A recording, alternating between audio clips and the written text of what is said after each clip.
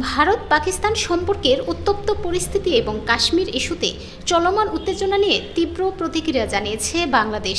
পররাষ্ট্র উপদেষ্টা মোহাম্মদ তৌহিদ হোসেন স্পষ্ট জানিয়ে দিয়েছেন, বাংলাদেশ শান্তির পক্ষে, কিন্তু দেশটি এই মুহূর্তে আগ বাড়িয়ে কোনো মধ্যস্থতার পদক্ষেপ নেবে না। তবে দুই প্রতিবেশী দেশের পক্ষ থেকে যদি কোনো সাহায্য চাওয়া হয় তবে বাংলাদেশ প্রস্তুত। রোববার পররাষ্ট্র মন্ত্রণালয়ের সাংবাদিকদের প্রশ্নের জবাবে তৌহিদ হোসেন বলেন, আমাদের অবস্থান অত্যন্ত পরিষ্কার। আমরা চাই দক্ষিণ এশিয়ায় শান্তি এবং স্থিতিশীলতা বজায় থাকুক। আমরা জানি ভারত এবং পাকিস্তানের মধ্যে অনেক দিন ধরে উত্তেজনা রয়েছে, তবে সেই উত্তেজনা যেন দক্ষিণ এশিয়ার মানুষের জন্য বিপজ্জনক না হয়ে দাঁড়ায়, সেটাই আমাদের মূল লক্ষ্য। তিনি আরও বলেন, দুই দেশের মধ্যে যে কোনো সংঘাত এই অঞ্চলের নিরাপত্তাকে বিপদের মুখে ফেলে দিতে পারে, যা বাংলাদেশ কখনোই সহ্য করবে না।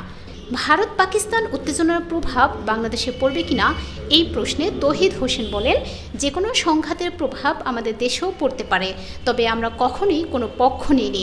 আমরা চাই দুই দেশের সম্পর্কের অবনতি যেন আমাদের ব্যবসা বাণিজ্যের ক্ষতি না করে, তবে আমাদের স্বার্থে যদি কিছু আসে আমরা সেটা আমদানি করব, কিন্তু সংঘাতে পড়ব না।